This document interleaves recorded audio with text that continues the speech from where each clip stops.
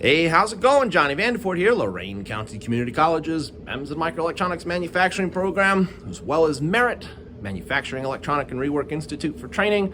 Happy Easter, happy holidays, happy weekend, happy whatever it is you like to celebrate there. I wanted to show you something kind of neat here that one of our students actually 3D printed, which was a really cool thing. Check out this tray.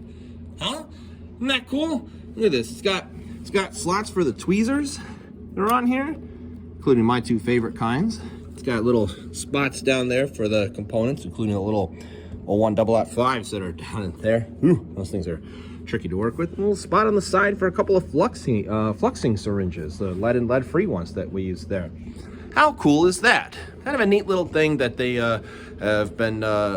just did the last week. So thank you very much, Mr. Palmer.